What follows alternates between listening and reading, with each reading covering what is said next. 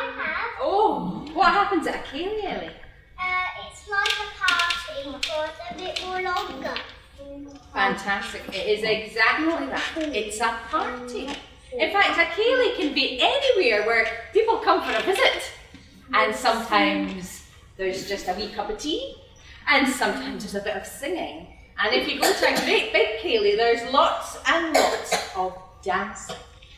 Well, that was the kind of ceilidh that Andrew liked. Lots and lots of dancing and music and lots of nice things to eat. Well, they would always have a special ceilidh on the 30th of November, which was St. Andrew's Day. Oh.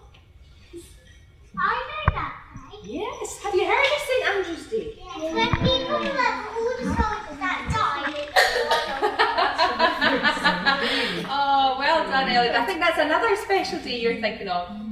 Well, St. Andrew's Day is a day when we celebrate in Scotland.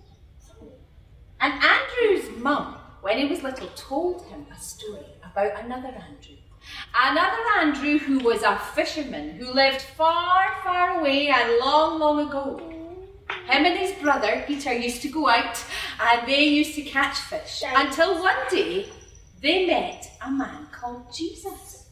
And Jesus was so amazing and so interesting and so kind that they stopped their fishing and they went away with him and they did all the things that he did. And eventually,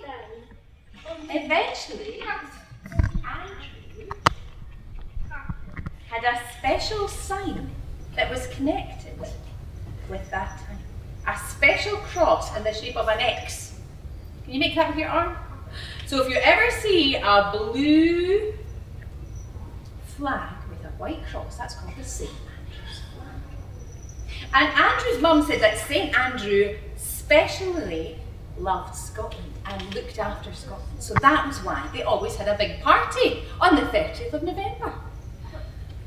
And the other thing they always remembered was that the name Andrew comes from the Greek word andros, which means man. Man. He must have been a very big, strong man. And you have to be a big, strong man if you're going to be a fisherman, and that's what Andrew was going to be. So Andrew always wanted to be like the other Andrew, wanted to be strong. So he made sure he ate his porridge every day. And when he grew up, he was nice and big and strong. And he got big enough that it was his turn to go out in the boats and catch fish. They would go out in their boats and they would throw the net out of the boat to see what they could catch. What do you think they're going to catch? Fish. Oh, I think I might need some help to get the fish in there. See if there's any more fish. Oh, here's another one. Here's another one. Can you put that one in? Oh, here's a wee tiny. Oh, right. Well, it used to be that everybody would go out in their boats and they would just get some fish for themselves for their tea. So, Andrew and his mum would always have whatever came back. Oh, look what's in it today.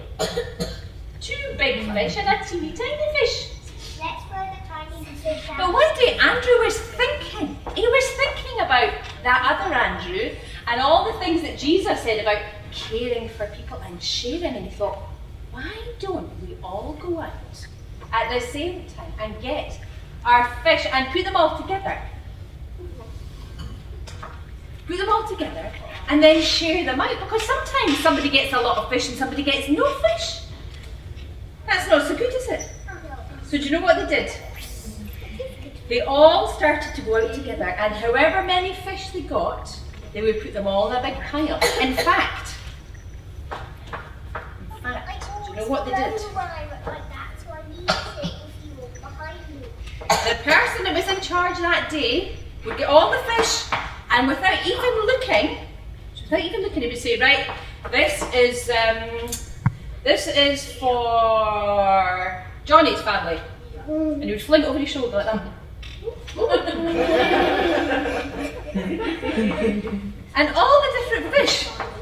So there'll be one for Johnny's family, one for Andrew's family, one for Laura's family, one for Savannah's family, one for Ewan's family. Everybody got a fair amount of fish, but you didn't even know what size the fish was. And they did that for years and years and years, up till very recently. That was the way they did it. So that and not only that, there were some families didn't have any